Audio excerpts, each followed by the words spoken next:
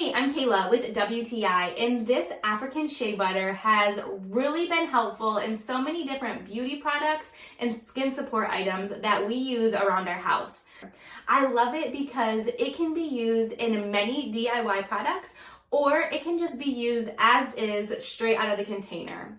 This African shea butter, I personally love to use in a homemade hair product that I use for my husband and also some friends of ours. But we also like to use it to support dry skin and just add in a little bit of moisture.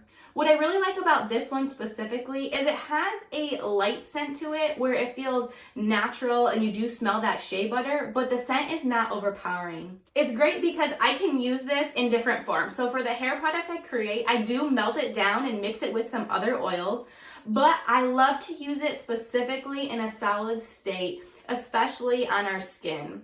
Just adding a little bit on my fingertips and rubbing it into my skin, a little bit goes a really long way. So if you're looking for a really good, high quality shea butter, I would definitely check out this African shea butter, but that's just my point of view.